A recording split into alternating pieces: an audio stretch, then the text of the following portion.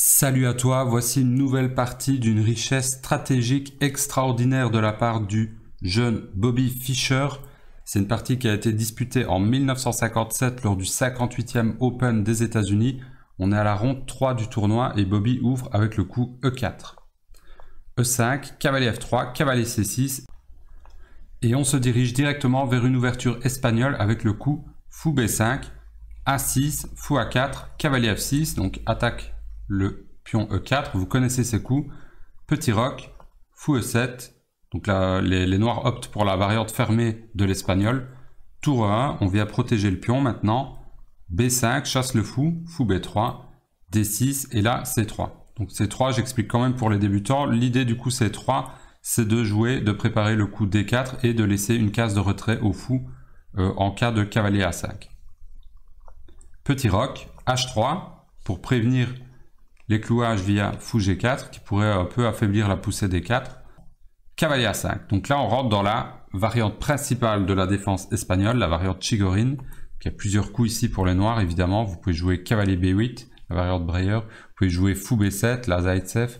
Vous pouvez jouer tour E8 également en faisant avec des idées de G6 et de remettre votre fou ici. Vous pouvez jouer H6. Mais cavalier A5, c'est vraiment la ligne principale de la variante principale de l'espagnol fermé, on va dire. Fou C2 et C5. Donc les noirs prennent de l'espace à l'aile dame. Donc visuellement, c'est toujours très agréable à voir, mais gardez à l'esprit quand même que ça a des inconvénients, cette poussée C5. Ça affaiblit quelque peu ici la case D5, qui va rester à tout jamais au contrôle dans les mains des blancs. Ça affaiblit un peu cette case ici. Et l'air de rien, le fait de jouer cavalier C6, cavalier A5, puis de devoir plus tard peut-être revenir soit en B7, soit en C6 avec le cavalier, les noirs vont avoir un certain retard de développement. Donc les blancs jouent le coup principal ici, c'est D4, qui challenge un peu le centre. Et dame C7, c'est également le coup principal, il y a plusieurs possibilités, mais grosso modo ça défend ici la case C5 et la case E5. Alors le traitement moderne de cette ouverture, ce serait peut-être de jouer D5 ici. Il y a beaucoup de joueurs qui commencent à jouer D5 et à prendre un peu de l'espace. Ça retire des cases au cavalier ici, c'est une possibilité. Mais à cette époque-là, et c'est toujours la variante principale, on jouait beaucoup cavalier D2 avec le fameux plan cavalier F1 et puis revenir ici sur la case G3 ou peut-être essayer de l'installer plus tard un cavalier comme ça en H5, vous voyez. Ça, c'est les idées, peut-être faire même des poussées G4 et d'avoir un cavalier super bien placé ici sur la case F5. Et d'attaquer globalement à l'aile roi avec les blancs. Fou D7 est joué, cavalier F1, tour E8. Alors, tour E8, pour un joueur comme Fischer, quand il voit un coup comme tour E8, il sait pertinemment que les noirs vont faire suivre fou F8, G6 et fou G7. Et l'air de rien, ça prend quand même pas mal de temps, cette manœuvre. Elle est efficace puisqu'on va essayer de replacer le fou en fait sur une meilleure case ici, sur la grande diagonale. Et on va peut-être essayer d'ouvrir ici en prenant du pion C et après prise, reprendre ici et faire jouer le fou sur la très grande diagonale en ouvrant justement cette diagonale. Mais vous allez voir la conception ici de Fischer, la conception stratégique, vraiment le plan diabolique qu'il a mis en place pour cette partie. Fischer il joue cavalier E3 avec une idée bien précise. En fait, il ne vient pas en G3, il vient en E3 parce que il veut pas la case F5, il veut la case D5. Et pour le moment, il ne peut pas vraiment installer un cavalier là. Par exemple, après G6, on ne peut pas jouer cavalier directement ici, parce que dans ce cas-là, les noirs joueraient cavalier prend E5, et après pion prend E5, on pourrait jouer E prend D4 par exemple, et maintenant si on reprend, les noirs vont pouvoir jouer fou F8, fou G7 en fait. La diagonale est bien ouverte pour les noirs. Donc ça va leur laisser du contre-jeu, et ça Fischer il veut pas, donc il va attendre, et après G6 il va jouer un coup très curieux, il va jouer fou D2. En fait, fou D2, ça vient préparer ici la poussée B4. Vous allez voir, c'est un peu machiavélique. Fou F8, et là, tour C1. Donc, il développe vraiment sa dernière pièce. Il attend d'avoir toutes ces pièces ici. On sent que les blancs sont quand même vachement à l'étroit hein, dans leur position. Toutes les pièces sont dans ce carré ici.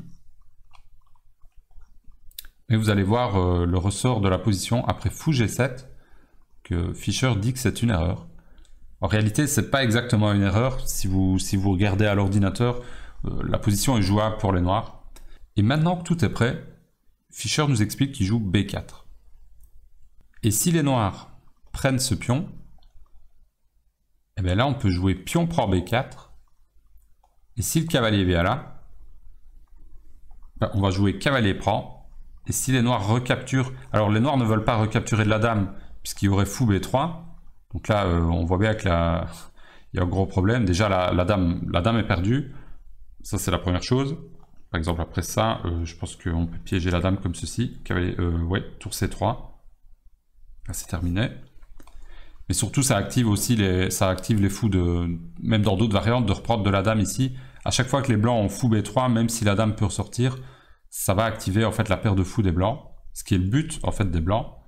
Donc après cavalier prend, on prend du pion. Mais là, on peut prendre ici et on va fixer en fait la structure de pion. On va fermer la diagonale du fou. Donc là, Fischer est entre guillemets parvenu à ses fins. Il va peut-être même jouer directement fou B3 qui attaque le pion ici. Vous voyez. Et après fou A5, on peut peut-être faire suivre A4. Et l'un dans l'autre, le pion ici va tomber. La diagonale est fermée. Donc les noirs ne sont pas bien du tout. Les blancs ont vraiment réussi leur ouverture ici. Donc après B4, c'est pour ça que les noirs ne prennent pas en B4 et ils retirent le cavalier. Et maintenant, vous allez vraiment voir l'essence du plan que Fischer a préparé, a sans doute préparé à domicile, puisque c'était quelqu'un qui travaillait beaucoup. Mais même à l'époque, n'oubliez pas, il n'y a pas d'ordinateur. Donc trouver des lignes dans une position, dans des positions, l'espagnol fermé, c'est très compliqué. Dans des positions aussi compliquées, trouver des lignes précises qui 50-60 ans après sont toujours les bonnes, il faut quand même le faire, quoi. Cavalier D5, attaque la dame, donc on est presque obligé de prendre ce cavalier. Et maintenant, vous voyez la pointe, après pion prend, après l'échange des cavaliers, le pion vient attaquer à tempo le cavalier C6, qui doit bouger, et la diagonale du fou blanc vient de s'ouvrir. Donc, il a réussi à ouvrir la diagonale du fou blanc, mais en gagnant un tempo sur le cavalier. Donc les blancs ont un bel avantage dans cette position, cavalier D7, et ça continue ici, il faut continuer à gagner des tempos. Il joue D prend C5, et si vous jouez pion prend, on va jouer fou E3, et là on menace D6.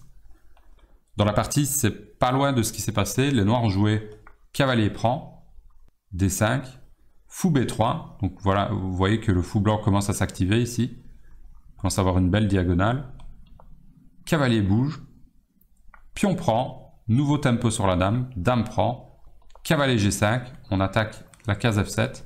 Les noirs n'ont vraiment pas de répit. Ils n'ont pas le temps de souffler. Tour F8. Fou E3. Propose l'échange des dames. Qui est accepté. Dame prend dame. Tour prend D1. Attaque le fou ici. Il y a toujours de la pression. Peut-être que je ne sais pas quelle est la menace des blancs ici, c'est peut-être jouer fou C5 tout simplement. Ouais, exact. Fou C5 ici, c'est la menace. Si vous jouez un coup comme tour B8, on va jouer fou C5 et une fois que la tour a bougé, on va pouvoir prendre ici. Donc les noirs essayent de repousser le cavalier en jouant H6. Et là, vous pouvez mettre la vidéo sur pause pour essayer de trouver le coup de Fischer. Donc voilà, ici, le seul coup qu'on a envie de jouer, c'est cavalier F3, de ramener le cavalier, et puis en plus, ça attaquera le pion. Je pense que c'est pas un mauvais coup en soi. C'est pas un mauvais coup, mais ça dissipe pas mal d'avantages. Mais Fischer, il a trouvé cavalier E4. Exceptionnel de voir ça à l'avance. Parce que pour jouer tout ça et voir H6, c'est sûr qu'il a dû voir à l'avance cavalier E4. Si vous prenez, c'est la partie, on va simplement prendre le fou ici. En fait, on attaque le défenseur de la pièce, hein, tout simplement. Donc après cavalier prend, il y a tour prend D7. Tour C8. Après tout, ce pion-là est quand même un peu faible du côté blanc. Il faut essayer il faut à tout prix l'empêcher d'être poussé ici. Il est attaqué 2 fois. Mais Fischer joue simplement C4. Et si vous prenez, par exemple, ben, on va jouer tour prend C4. Et si vous jouez tour prend, ben, on reprend tout simplement. Et vous voyez que la paire de fous des blancs domine complètement le cavalier ici. La tour est très active. Cette tour-ci est passive. Ce fou est toujours enfermé derrière son pion. Et en plus de ça, les blancs ici ont un pion, ils vont se créer un pion passé en jouant A4, B5 et ils vont filer à dame. Donc, prendre, ça ne va pas vraiment. Cavalier G5. Pour essayer un petit peu de venir renforcer la case F7 et peut-être revenir là. Fischer a simplement pris ce cavalier. Pion prend. Et maintenant, C5. Et dans cette position, les noirs, qui n'ont même pas un pion de moins, ont abandonné. Tout simplement parce que le fou blanc est monstrueux. Il attaque la case F7. Cette tour-là est condamnée à la défense du pion F7. Elle ne peut pas bouger. Et on va sûrement jouer C6. On va sûrement jouer des coups comme tour A7, tour D1 et venir essayer simplement ici doubler les tours sur la 7e rangée, attaquer le pion F7. Le pion F7 va finir par tomber puisqu'on ne pourra pas le protéger. La position matériellement est égale, mais si vous branchez l'ordinateur et le module, il vous dira immédiatement que les blancs sont archi gagnants. Ici, on a plus 5.5, plus 6, et plus vous le faites tourner, et plus l'avantage augmente. Donc voilà, très très belle partie de Bobby Fischer. Très peu d'erreurs, en fait aucune erreur, pour être honnête, il n'y a pas d'erreur. La précision de la partie, si vous la mettez sur Lichess, elle est à 97%. Donc même 60 ans après, vous voyez que les parties restent intéressantes et vous pouvez tout à fait analyser et apprendre beaucoup de choses en regardant les parties disputées, bah oui, dans les années 30, dans les années 40, dans les années 50 ici. Il n'y a pas de problème. Et moi je vous dis à bientôt pour une prochaine vidéo, j'espère encore plus instructive et plus amusante. Salut, salut!